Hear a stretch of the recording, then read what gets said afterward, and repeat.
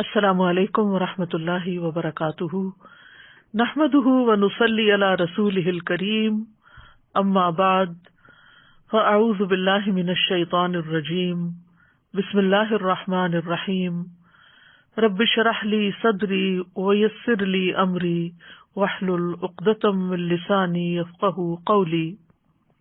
انسان خطا کا پتلا ہے، انسان سے انسانوں کے حق میں بھی کوتاہی ہو جاتی ہے اور اللہ رب العزت کی بارگاہ میں بھی نافرمانی ہو جاتی ہے۔ دن رات گناہ ہوتے ہیں، لیکن گناہوں کے بعد ان پر شرمندہ ہونا، توبہ کرنا، یہ بندہ مومن کی شان ہوتی ہے۔ لیکن ان پر فخر کرنا یا ان گناہوں کی کھلم کھلا تشہیر کرنا، یہ گناہ پر گناہ کرنا ہے۔ گناہ کرنے کے بعد انسان اگر توبہ کر لیتا ہے تو ایسے ہو جاتا ہے گویا اس نے گناہ کیا ہی نہ ہو، لیکن اگر وہ اصرار کرتا ہے تو دل سیاہ ہو جاتا ہے، بے حس ہو جاتا ہے، اور یوں انسان اللہ کی رحمت سے دور ہوتا چلا جاتا ہے۔ گناہوں کی تشہیر کرنے کو ناپسند کیا گیا ہے کیونکہ اس میں بہت سی قباحتیں ہیں۔ ایسا شخص دوسروں کو بھی گناہ کی دعوت دے رہا ہوتا ہے تو قیامت کے دن وہ ان کے گناہ کا بوجھ بھی پھر اٹھائے گا۔ خصوصاً وہ لوگ جو معاشرے میں فحش کو عام کرتے ہیں، ان کے لیے قرآن میں دنیا اور آخرت میں دردناک عذاب کی بشارت دی گئی ہے۔ جس قوم میں فحاشی اعلانیہ ظاہر ہو جاتی ہے تو ایک حدیث کے مطابق ان میں طاعون اور ایسی بیماریاں پھیلنے لگتی ہیں جو ان سے پہلے کے لوگوں میں کبھی سنی بھی نہ گئی ہوں۔ گناہ کی تشہیر ناپسندیدہ کام ہے۔ صحت مند معاشرے کے لیے جو چیز ضروری ہے وہ یہ ہے کہ لوگ ایک دوسرے کی خوبیوں کا چرچا کریں، نیکیوں کو عام کریں، خیر کی دعوت دیں، لیکن برائیوں کا نہیں۔ خوبیوں کے چرچے سے معاشرے میں مثبت اقدار کو فروغ ملتا ہے، لیکن لوگوں کے عیب بیان کرنا، خاص طور پر مجلسوں میں لوگوں کی برائیوں کا چرچا کرنا، یہ ایک قابل اعتراض بات ہے۔ اگر کسی انسان سے کوئی غلطی ہو جائے تو اسے تنہائی میں سمجھانا چاہیے، اس کی تشہیر نہیں کرنی چاہیے۔ لیکن ایک صورت اس سے مبرہ ہے جس کا ذکر اس آیت میں آتا ہے، لا يحب الله الجهر بالسوء من القول إلا من ظلم وكان الله سميعا عليما۔ لا يحب اللہ الجہر بالسوء من القول الا من ظلم وکان اللہ سمیعا علیما۔ اللہ بری بات کے ساتھ آواز بلند کرنے کو پسند نہیں کرتا مگر جس پر ظلم کیا گیا ہو، اور اللہ خوب سننے والا، خوب جاننے والا ہے۔ اس آیت میں برائی کے پھیلانے کی ممانعت کی گئی ہے۔ شریعت نے اس بات کی تاکید کی ہے کہ کسی کے اندر برائی دیکھو تو اس کا چرچا نہ کرو بلکہ تنہائی میں اس کو سمجھاؤ۔ تو لا يحب اللہ الجہر بالسوء من القول، اللہ بری بات کے ساتھ آواز بلند کرنے کو پسند نہیں کرتا۔ بالسوء میں کیا چیزیں ہیں؟ اس میں وہ تمام برے اقوال شامل ہیں جو تکلیف دہ اور غم پہنچانے والے ہیں، مثلاً ایک دوسرے کے ساتھ بدتمیزی سے پیش آنا، گالی گلوچ کرنا، تہمت لگانا، بد اخلاقی کا معاملہ کرنا۔ تو ایسے تمام اقوال سے منع کیا گیا ہے جنہیں اللہ تعالیٰ ناپسند کرتا ہے۔ اس کے برعکس اللہ تعالیٰ اچھی بات کو پسند کرتا ہے، مثلاً ذکر الہی، نرم پاکیزہ کلام، دوسروں کے ساتھ اچھے طریقے سے پیش آنا۔ تو فرمائے کہ لا يحب اللہ الجہر بالسوء من القول الا من ظلم، ہاں جس پہ ظلم کیا گیا ہو وہ اپنے ظلم کی داستان اپنا حق لینے کے لیے دوسرے کو سنا سکتا ہے، یعنی مظلوم کو ظلم کے اظہار کی رخصت ہے، یعنی وہ اپنے اوپر کیے جانے والے ظلم کا اظہار کر سکتا ہے۔ لہذا مظلوم کے لیے ظالم کے خلاف بد دعا کا اظہار کرنا جائز ہے۔ اسی طرح اگر وہ کسی سے ذکر کر سکتا ہے تاکہ اس کی مدد کی جا سکے تو اس کی بھی اجازت ہے۔ اسی طرح یہ ہے کہ اگر ظلم کی صورت میں کسی نے اس کو برا بھلا کہا ہے تو اس کو ویسا ہی جواب بھی دے سکتا ہے۔ اللہ سبحانہ وتعالیٰ نے مظلوم کو بری بات کے اظہار کی رخصت اس لیے دی ہے تاکہ وہ اپنا غصہ ٹھنڈا کر لے، اور تاکہ وہ تلوار کی طرف یا ہاتھ سے دبوچنے کی طرف چھلانگ نہ لگائے، یعنی بات کا جواب بات سے دے، نہ کہ تلوار سے یا کسی آلے سے. یہ ابن عاشور نے کہا ہے. حسن بصری کہتے ہیں مظلوم ظالم کو بد دعا نہ دے بلکہ کہے اے اللہ اس کے خلاف میری مدد کر، اے اللہ اس سے میرا حق نکلوا دے. تو بہرحال اپنا حق لینے کے لیے تو انسان اپنے اوپر ہونے والے ظلم کا ذکر کر سکتا ہے، لیکن اس کے باوجود معاف کر دینا اور ظلم و زیادتی میں مقابلہ نہ کرنا زیادہ بہتر ہے. برائی کو بیان کرنے کی کچھ اور استثنائی صورتیں بھی ہیں. حضرت عائشہ سے مروی ہے کہ ایک مرتبہ ایک آدمی نبی صلی اللہ علیہ وسلم کی خدمت میں حاضر ہوا.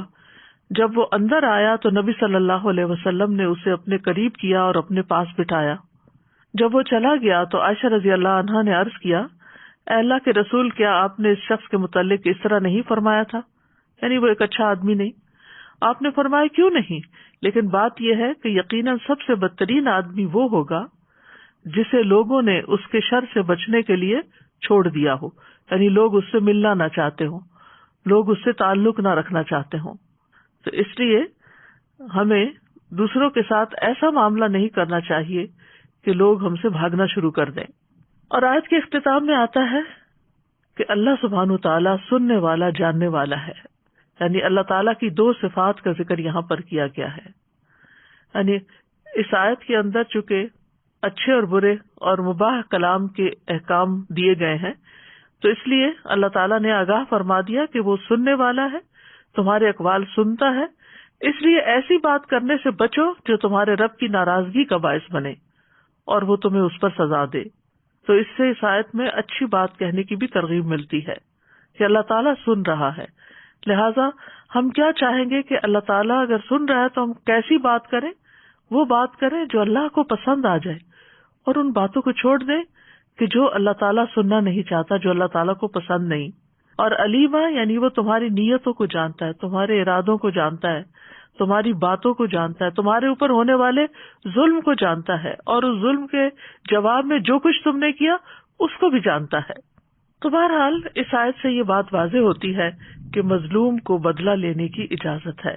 ہمارے دین میں ظلم کرنا منع کیا گیا. قیامت کے دن انسان کے لیے اس کا دنیا میں کیا ہوا ظلم جو ہے وہ اندھیرے کی شکل میں ہوگا. لہذا کسی پر بھی ظلم نہیں کرنا چاہیے، لیکن اگر کسی پر ظلم ہو تو اس کو اس کا بدلہ لینے کی بھی اجازت دی گئی. سورۃ الشورى میں اللہ تعالیٰ فرماتے ہیں والذین اذا اصابهم البغی هم ینتصرون، اور جب ان پر زیادتی ہوتی ہے تو وہ بدلہ لے لیتے ہیں. وجزاء سیئۃ سیئۃ مثلها، لیکن اس کا یہ اصول بتا دیا گیا کہ برائی کا بدلہ ویسی ہی برائی ہے. فمن عفا واصلح فاجرہ علی اللہ انہ لا یحب الظالمین، تو جو کوئی معاف کر دے اور صلح کر لے تو اس کا اجر اللہ کے ذمہ ہے، اور وہ ظالموں کو قطعاً پسند نہیں کرتا. وَلَمَنِ انتصر بعد ظلمه فَأُولَئِكَ مَا عَلَيْهِم مِّن سَبِيلٍ، اور جو شخص ظلم ہونے کے بعد بدلہ لے لے تو اس پر کوئی الزام نہیں، یعنی اس کی کوئی پکڑ نہیں. اسی طرح صاحب حق کو بات کرنے کی اجازت ہے. ابو ہریرہ کہتے ہیں کہ ایک شخص نبی صلی اللہ علیہ وسلم سے اپنے قرض کا تقاضا کرنے کے لیے آیا اور سخت گفتگو کرنے لگا. صحابہ غصے سے اس کی طرف بڑھے، لیکن رسول اللہ صلی اللہ علیہ وسلم نے فرمایا اسے چھوڑ دو، کیونکہ یہ صاحب حق ہے اور یہ کہنے کا حق رکھتا ہے.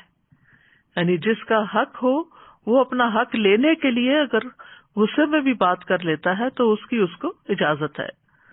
پھر آپ نے فرمایا کہ اس کے قرض والے جانور کی عمر کا ایک جانور اسے دے دو. صحابہ نے عرض کیا یا رسول اللہ، اس سے زیادہ عمر کا جانور تو موجود ہے لیکن اس عمر کا نہیں. آپ نے فرمایا اسے وہی دے دو، کیونکہ سب سے اچھا آدمی وہ ہے جو دوسروں کا حق پوری طرح ادا کرے، یعنی حق سے کم نہ لوٹائے، حق سے زیادہ دے تو وہ زیادہ بہتر ہے. اسی طرح اپنے اوپر ہونے والے ظلم کے اظہار کی اجازت ہے. تو اس بارے میں ابو ہریرہ روایت کرتے ہیں کہ ایک شخص نے کہا اللہ کے رسول، میرا ایک ہمسایہ ہے جو مجھے اذیت دیتا ہے. آپ نے فرمایا جاؤ اپنا سامان نکال کر راستے پر رکھ دو. بس وہ گیا اور اس نے اپنا سامان باہر نکال دیا، یعنی گھر سے باہر نکال کے رکھ دیا. لوگ وہاں جمع ہو گئے اور پوچھنے لگے تمہارا کیا معاملہ ہے، یہ تم کیا کر رہے ہو؟ اس نے کہا میرا ایک ہمسایہ ہے جو مجھے اذیت دیتا ہے. جب میں نے نبی صلی اللہ علیہ وسلم کو یہ بات بتائی تو آپ نے فرمایا جاؤ اپنا سامان نکال کر راستے پر رکھ دو. لوگ کہنے لگے اے اللہ اس ہمسائے پر لعنت بھیج، اے اللہ اسے رسوا کر. یہ بات ہمسائے تک پہنچی تو وہ اس کے پاس آیا اور کہا اپنے گھر واپس چلے جاؤ، اللہ کی قسم اب میں تمہیں کبھی اذیت نہیں دوں گا. یعنی کچھ لوگ ایسے ہوتے ہیں کہ جو پیار سے نہیں مانتے، آرام سے بات نہیں سمجھتے، تو پھر ان کے ساتھ سختی کرنے کی بھی اجازت ہے. لیکن یہ یاد رہے کہ بدلہ لینے سے زیادہ بہتر چیز معاف کر دینا ہے. سورۃ النساء کی آیت 149 میں آتا ہے ان تبدوا خیرا او تخفوه او تعفوا عن سوء فإن اللہ کان عفوا قدیرا. اگر تم کوئی نیکی ظاہر کرو یا اسے چھپاؤ یا کسی برائی سے درگزر کرو تو بے شک اللہ بہت معاف کرنے والا، بہت قدرت رکھنے والا ہے. نبی صلی اللہ علیہ وسلم نے ظلم کو معاف کرنے کی وصیت بھی کی. حضرت علی کہتے ہیں ہم نے رسول اللہ صلی اللہ علیہ وسلم کی تلوار کے دستے میں یہ لکھا ہوا پایا جو تم پہ ظلم کرے اس سے درگزر کرو، جو رشتہ توڑے اس سے رشتہ جوڑو، جو تمہارے ساتھ برا کرے اس کے ساتھ احسان کرو، اور حق بات کرو اگرچہ اپنے خلاف ہی کیوں نہ ہو. یعنی اگر اپنا کہیں کوئی قصور ہے، کوئی غلطی ہے، کوئی زیادتی ہے تو اس کا اقرار کر لو. تو بہرحال انسان دوسرے کو بھی معاف کر دے اور خود اپنے بارے میں بھی اللہ تعالیٰ سے معافی کی درخواست کرتا رہے. عبداللہ بن مسعود کہتے ہیں کہ مسلمانوں میں سے سب سے پہلے جس آدمی کا ہاتھ کاٹا گیا تھا، یعنی چوری کی سزا میں، لوگ اسے لے کر نبی صلی اللہ علیہ وسلم کے پاس آئے اور عرض کیا یا رسول اللہ اس نے چوری کی ہے. جس پر رسول اللہ صلی اللہ علیہ وسلم کے چہرہ مبارک کا رنگ اڑ گیا. کسی نے عرض کیا یا رسول اللہ، یعنی وہ کہہ رہا تھا کہ کیا ہوا؟ تو آپ نے فرمایا تم لوگ اپنے ساتھی کے متعلق شیطان کے مددگار ثابت ہوئے، جبکہ اللہ عز و جل معاف کرنے والا اور معافی کو پسند فرماتا ہے. اور کسی حاکم کے لیے یہ جائز نہیں کہ اس کے پاس حد کا کوئی مقدمہ آئے اور وہ اسے نافذ نہ کرے. اور پھر یہ آیت تلاوت فرمائی وَلْيَعْفُوا وَلْيَصْفَحُوا أَلَا تُحِبُّونَ أَن يَغْفِرَ اللَّهُ لَكُمْ وَاللَّهُ غَفُورٌ رَحِيمٌ. تو بات یہ ہے کہ اگر کسی سے کوئی بڑے سے بڑا گناہ ہو جائے اور وہ اللہ تعالیٰ سے معافی مانگ لے اور اس کا گناہ چھپ جائے تو پھر اس کو کسی عدالت میں جا کے اقرار کرنے کی ضرورت نہیں. جس چیز کو اللہ نے چھپا دیا اس چیز کو چھپا ہی رہنے دینا چاہیے. لیکن اگر کوئی معاملہ حاکم تک پہنچ جائے تو پھر اس کو حد نافذ کرنا ضروری ہوتا ہے. لیکن عام طور پر اگر دو لوگوں کے بیچ میں کوئی چیز ہو گئی ہے تو کسی کورٹ میں عدالت میں جانے کی بجائے ایک دوسرے کو معاف کر کے درگزر کر دینا چاہیے. معاف کرنے سے عزت میں ہی اضافہ ہوتا ہے. رسول اللہ صلی اللہ علیہ وسلم نے فرمایا درگزر کیا کرو، اللہ تمہیں عزت دے گا. ایک اور روایت میں آتا ہے صحیح مسلم میں رسول اللہ صلی اللہ علیہ وسلم نے فرمایا صدقہ مال کو کم نہیں کرتا. بظاہر ایسا لگتا ہے کہ وہ ہمارے ہاتھ سے نکل گیا، ہمارے اکاؤنٹ میں کمی ہو گئی، لیکن اللہ سبحانہ وتعالیٰ کہیں اور سے عطا کر دیتا ہے. اور معاف کرنے سے اللہ بندے کی عزت میں اضافہ ہی کرتا ہے. اور جو اللہ کے لیے تواضع اختیار کرتا ہے اللہ اس کو بلندی عطا فرماتا ہے. اور پھر اس آیت میں ایک خاص بات یہ ہے کہ اس میں اللہ سبحانہ وتعالیٰ کی صفت محبت کا اس بات ملتا ہے کہ اللہ تعالیٰ محبت بھی کرتا ہے. امام ابن تیمیہ کہتے ہیں کہ کتاب و سنت اور مسلمانوں کا اجماع ہے کہ اللہ اپنے مومن بندوں سے محبت کرتا ہے اور وہ اس سے محبت کرتے ہیں، جیسا کہ اللہ تعالیٰ کا فرمان ہے والذین آمنوا اشد حبا للہ، ایمان والے سب سے زیادہ اللہ ہی سے محبت کرتے ہیں. اللہ سبحانہ وتعالیٰ کس سے محبت کرتا ہے؟ اللہ تعالیٰ محسنین سے محبت کرتا ہے، دوسروں پر احسان کرنے والوں سے. یعنی جو ہم سے اچھا نہ کرے ہم اس کے ساتھ اچھا کریں. ان اللہ یحب المحسنین، اللہ تعالیٰ متقین سے محبت کرتا ہے. فإن اللہ یحب المتقین، اور جس سے اللہ تعالیٰ محبت کرتا ہے اس کا اعلان کر دیتا ہے. حدیث میں آتا ہے جب اللہ تعالیٰ کسی بندے سے محبت کرتے ہیں تو جبریل علیہ السلام کو بلاتے ہیں اور ان سے کہتے ہیں بے شک میں اپنے اس بندے سے محبت کرتا ہوں، تم سب اس سے محبت کرو. تو جبریل علیہ السلام حاملین عرش میں اس کا چرچا کرتے ہیں تو آسمان والے حاملین عرش کی ملی جلی آوازوں کا شور سنتے ہیں تو ساتویں آسمان والے بھی اس سے محبت کرنے لگتے ہیں. پھر ہر ایک آسمان والے اس سے محبت کرتے ہیں یہاں تک کہ اس کی مقبولیت آسمان دنیا تک آ جاتی ہے. پھر اس کا ذکر زمین پر اتر آتا ہے، پھر زمین والے بھی اس سے محبت کرنے لگتے ہیں۔ لہٰذا ہمیں وہ کام تو کرنے چاہیے کہ جن سے اللہ کی محبت حاصل ہوتی ہے، لیکن ان کاموں سے بچنا چاہیے کہ جو اللہ تعالیٰ کو پسند نہیں، کیونکہ اس سے اللہ تعالیٰ کی محبت نہیں ملتی۔ اور انہی میں سے ایک کام ہے لا یحب اللہ الجہر بالسوء، کہ برائی کو، گناہ کو ظاہر کرنا اللہ کو پسند نہیں، اونچی آواز میں اس کا چرچا کرنا اللہ کو پسند نہیں۔ اور سب سے بڑا گناہ یہ ہے کہ انسان اعلانیہ نافرمانی کرے، کھلم کھلا کرے، ڈھیٹ بن کے کرے، اوپنلی کرے۔ جب کوئی انسان علل اعلان گناہ کا ارتکاب کرتا ہے یا چھپ کر کرتا ہے اور اللہ تعالیٰ اس پہ پردہ ڈال دیتا ہے، لیکن وہ اللہ کے اس گناہ پہ پردہ ڈالنے کو کمتر سمجھتے ہوئے لوگوں کو بتانے لگتا، تو یہ چیز اللہ تعالیٰ کو سخت ناپسند ہے۔ اسی لیے اللہ تعالیٰ نے فرمایا لا یحب اللہ الجہر بالسوء من القول الا من ظلم، صرف مظلوم کو اجازت ہے ورنہ اجازت نہیں ہے۔ اور اس میں خاص طور پر جس چیز کو برا سمجھا گیا ہے وہ ہے گناہ کو ظاہر کرنا، کھلم کھلا کرنا، یعنی زبان سے کوئی گالی گلوچ مثلاً کرنا، یا عملی طور پر کوئی گناہ کر کے پھر اس کا اشتہار دینا یا اس پر فخر کرنا۔ ابو ہریرہ کہتے ہیں کہ میں نے رسول اللہ صلی اللہ علیہ وسلم کو فرماتے ہوئے سنا کہ میری تمام امت کو معاف کر دیا جائے گا سوائے کھلم کھلا گناہ کرنے والوں کے۔ اور گناہوں کو کھلم کھلا کرنے میں یہ بھی شامل ہے کہ ایک شخص رات کو کوئی گناہ کا کام کرے اور اس کے باوجود کہ اللہ نے اس کے گناہ کو چھپا دیا، مگر صبح ہونے پر وہ کہنے لگے اے فلاں میں نے کل رات فلاں فلاں برا کام کیا تھا، رات گزر گئی تھی، اس کے رب نے اس کا گناہ چھپائے رکھا، لیکن جب صبح ہوئی تو وہ خود اللہ کے پردے کھولنے لگا۔ اسی طرح ماضی کی کوئی غلطیاں ہو چکی ہوں، پرانے گناہ یاد ہوں، یا جن گناہوں پر انسان شرمندہ ہو، تو اس کا ذکر لوگوں سے نہیں کرنا چاہیے، کیونکہ بعض اوقات کوئی گناہ ہمارے دل پہ بوجھ بنتا ہے۔ وہ بوجھ کیوں بنتا ہے؟ تاکہ ہم توبہ کریں، تاکہ توبہ کر کے اللہ کو منا کے، اللہ کو راضی کر کے، ان گناہوں کو نیکیوں سے بدل کے ہم اس گناہ کے بوجھ سے آزاد ہوں۔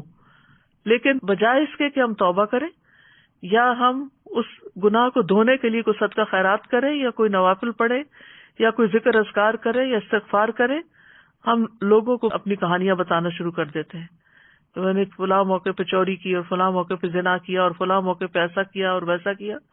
ان باتوں سے گریز کرنا چاہیے، ایسی باتوں کو معاشرے میں نہیں کرنا چاہیے، کیونکہ جو لوگ سنتے ہیں وہ بھی پھر وہ گناہ کرنے کو ہلکا سمجھنے لگتے ہیں اور ان کے لیے بھی گناہ آسان ہو جاتا ہے۔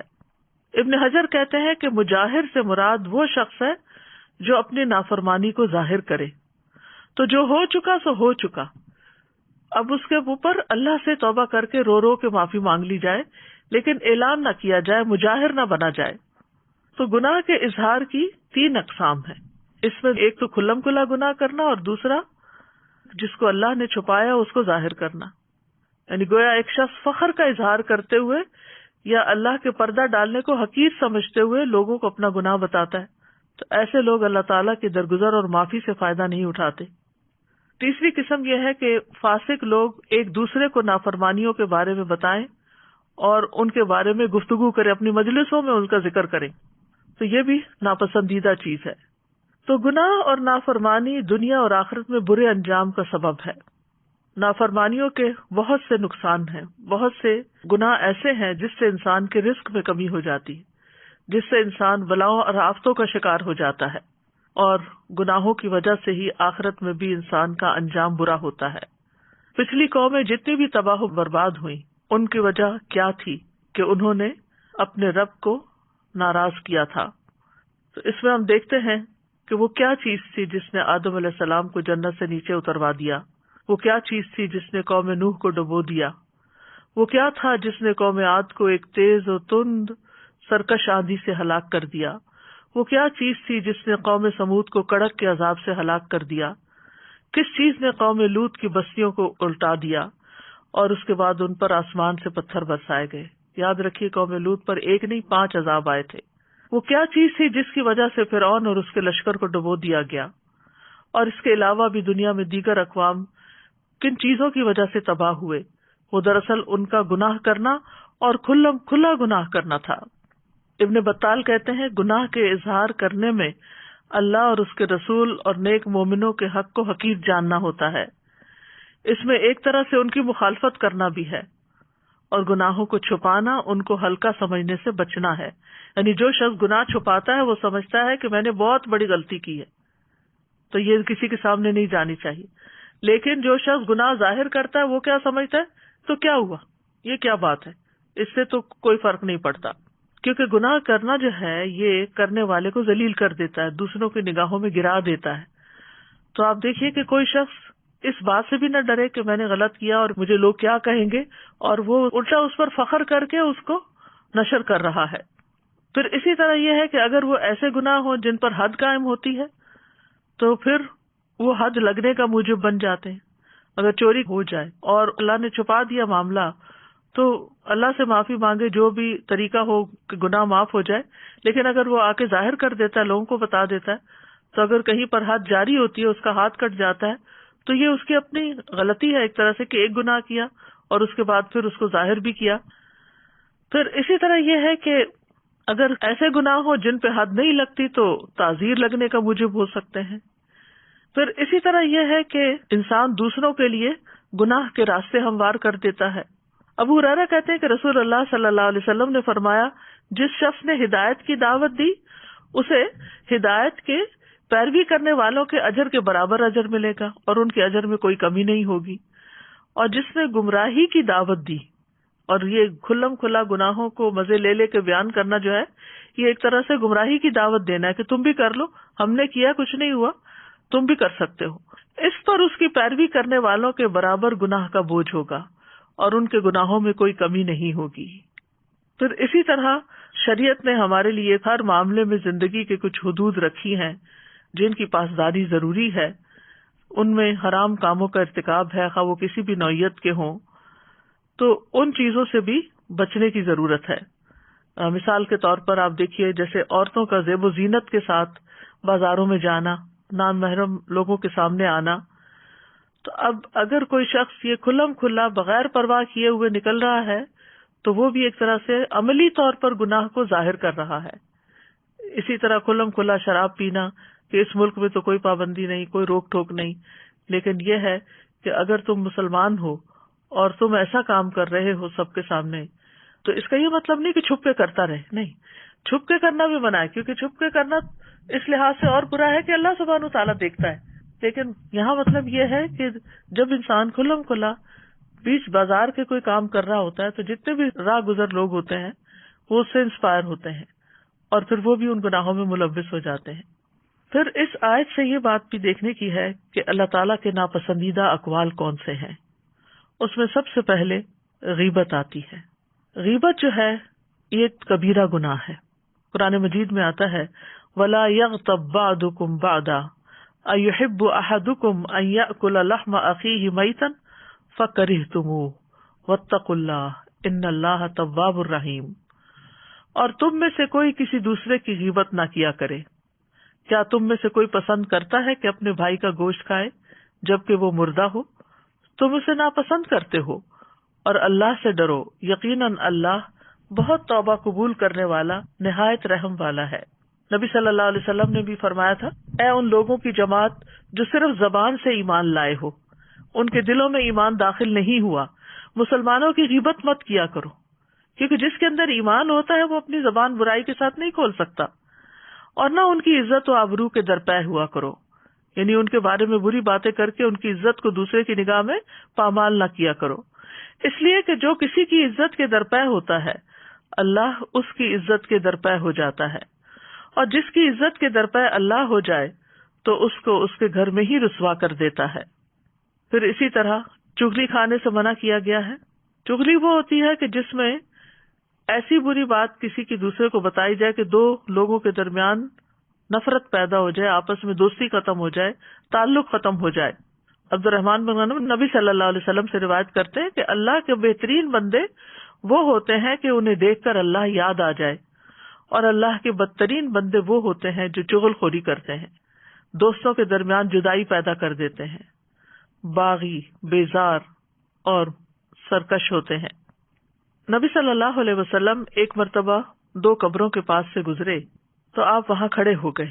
صحابہ کہتے ہیں کہ ہم بھی ساتھ کھڑے ہو گئے تو آپ کے چہرے کا رنگ بدلنے لگا، یہاں تک کہ آپ کے کرتے کی آستینیں کانپنے لگی، یعنی آپ کے جسم پر کپ کپی طاری ہو گئی۔ ہم نے عرض کیا یا رسول اللہ صلی اللہ علیہ وسلم کیا بات ہے؟ آپ نے فرمایا کیا تم وہ نہیں سن رہے جو میں سن رہا ہوں؟ ہم نے عرض کیا اللہ کے نبی وہ کیا بات ہے؟ یعنی ہم تو نہیں سن رہے۔ وہ عذاب قبر تھا، قبر کے اندر مردوں کی چیخ پکار تھی۔ آپ نے فرمایا یہ دونوں آدمی اپنی قبروں میں ہلکے سے گناہ میں سخت عذاب دیے جا رہے ہیں۔ ہم نے عرض کیا یہ کس گناہ کا عذاب ہے؟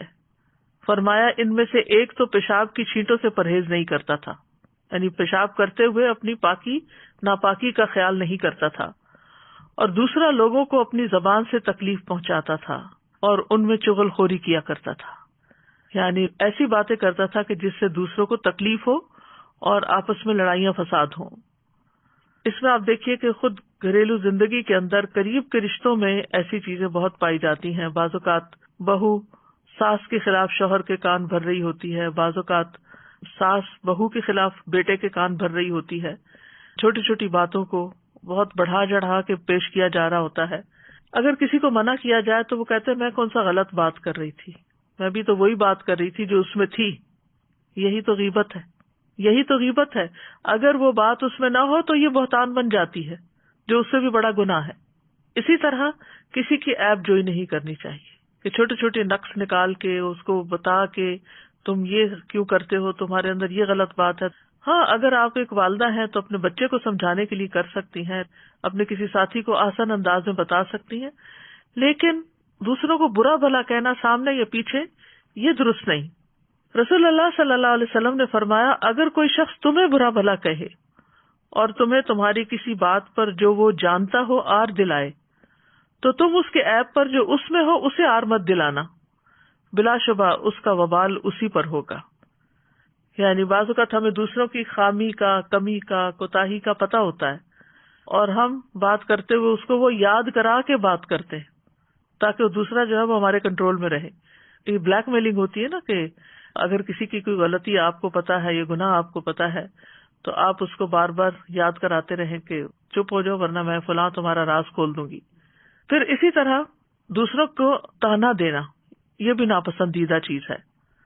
قرآن مجید میں آتا ہے وَيْلٌ لِكُلِّ ہُمَزَةٍ لُمَزَةٍ، بڑی ہلاکت ہے ہر بہت طعنہ دینے والے، بہت عیب لگانے والے کے لیے۔ عبداللہ بن مسعود کہتے ہیں کہ رسول اللہ صلی اللہ علیہ وسلم نے فرمایا مومن لان تان کرنے والا فحش گو اور بےہودہ گو نہیں ہوتا۔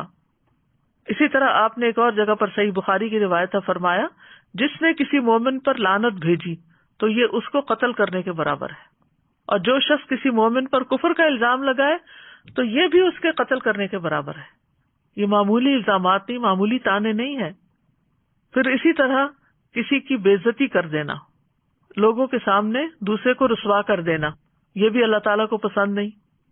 نبی صلی اللہ علیہ وسلم نے فرمایا بے شک سب سے بڑا سود یہ ہے کہ انسان ناحق کسی مسلمان کی عزت سے کھیلے۔ ایک اور روایت میں آتا ہے کسی کی آبرو ریزی کرنا سب سے بڑا سود ہے۔ پھر اسی طرح زبان سے اذیت دینا دوسروں کو، یہ بھی اللہ تعالیٰ کو پسند نہیں۔ ابو ہریرہ کہتے ہیں کہ ایک آدمی نے عرض کیا یا رسول اللہ فلاں عورت کثرت سے نماز، روزہ اور صدقہ کرنے میں مشہور ہے، لیکن وہ اپنی زبان سے اپنے پڑوسیوں کو ستاتی ہے۔ آپ نے فرمایا وہ جہنمی ہے۔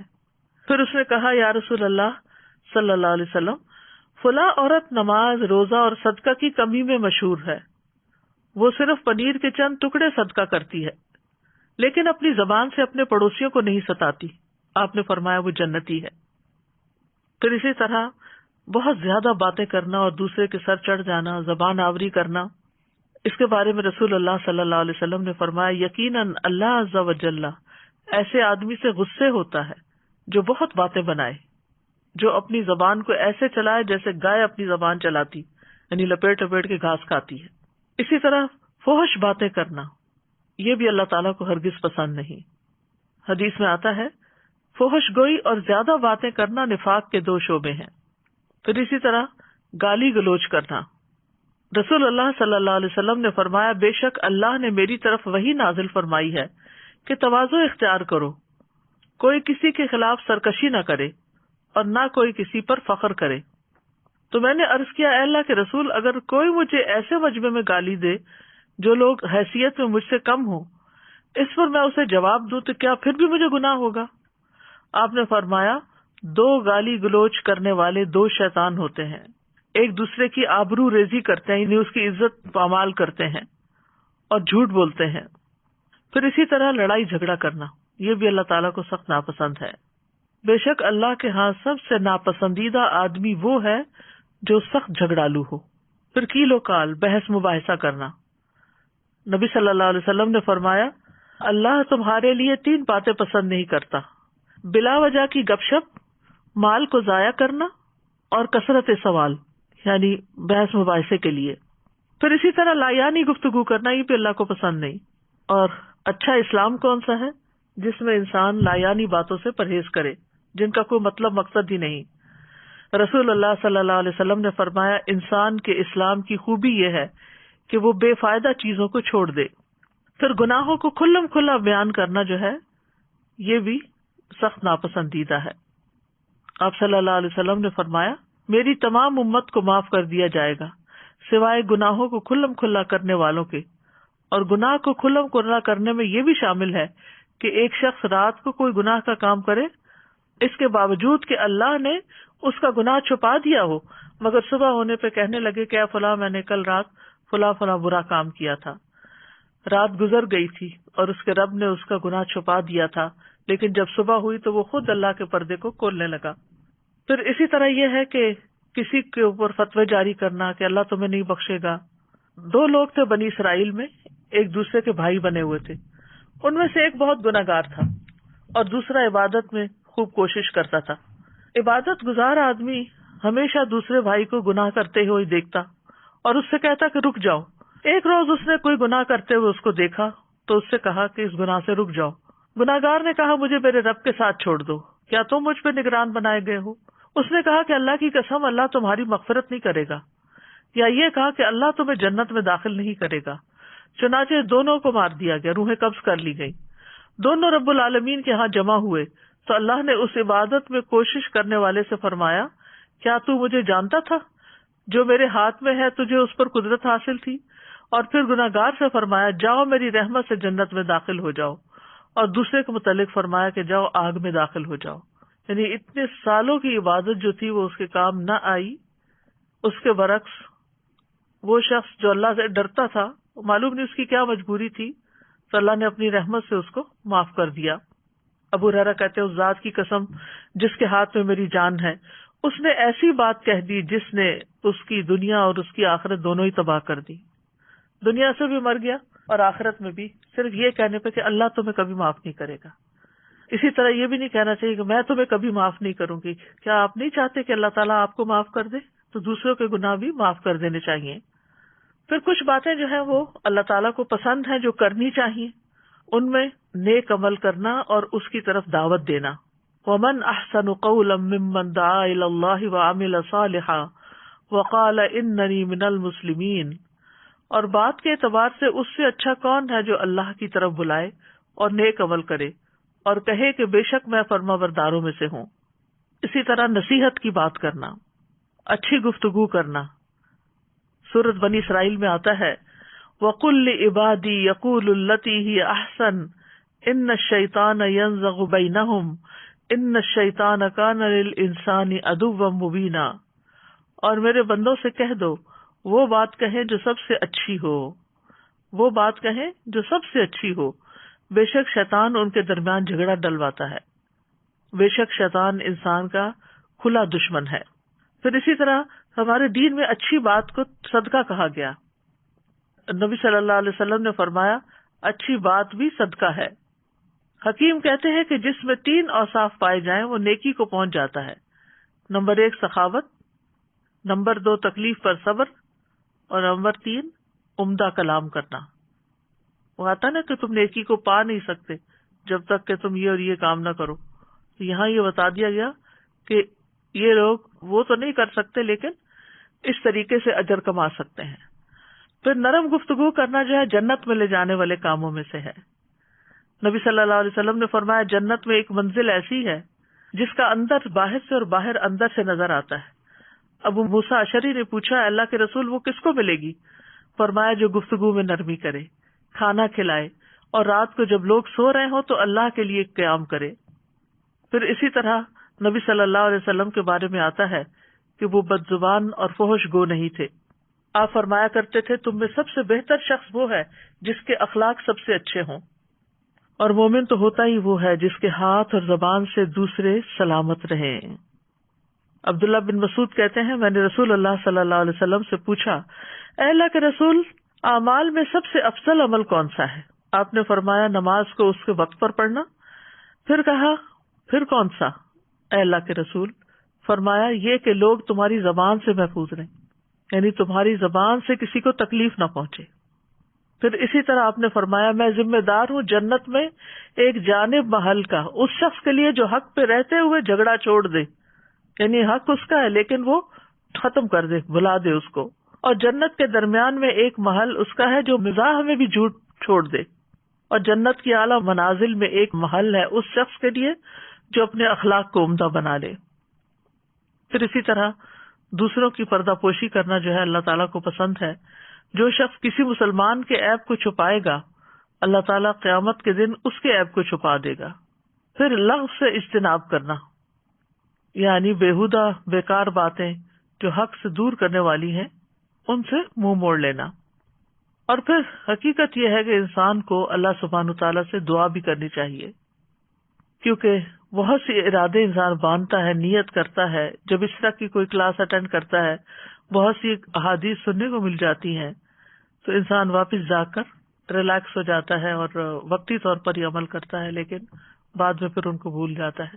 تو اس کے لیے دعا بہت فائدہ مند ہے۔ ان میں سے اللہ کے پسندیدہ کاموں کی توفیق کی دعا مانگنا، رب اوزعنی ان اشکر نعمتک التی انعمت علی وعلی والدی وان اعمل صالحا ترضاہ وادخلنی برحمتک فی عبادک الصالحین۔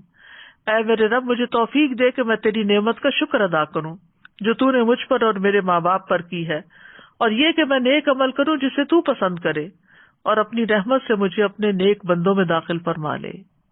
پھر زبان کی درستگی کی دعا کرتے رہنا چاہیے، اللہم اہد قلبی وسدد لسانی واسلل سخیمۃ قلبی۔ اے اللہ میرے دل کو رہنمائی عطا فرما، میری زبان کو درستگی عطا فرما، اور میرے دل کے کینے کو دور کر دے۔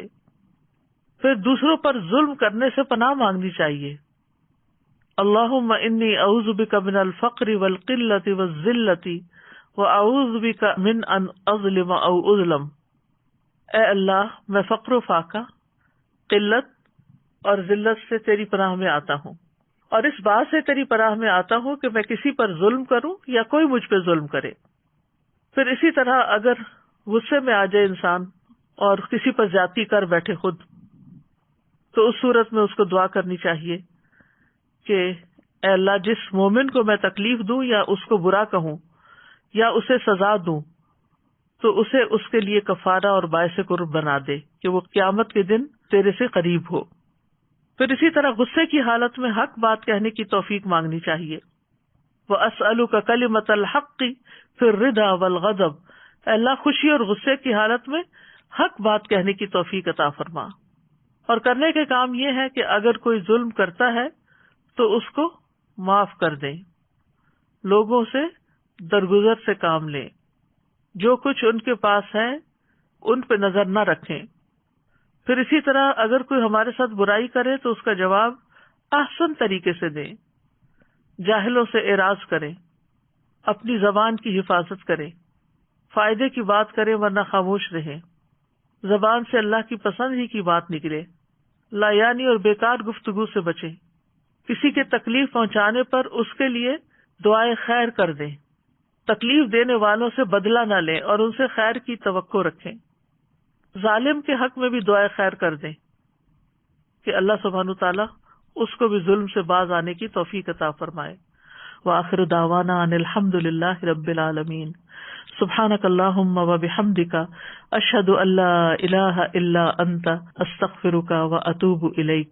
السلام علیکم ورحمۃ اللہ وبرکاتہ۔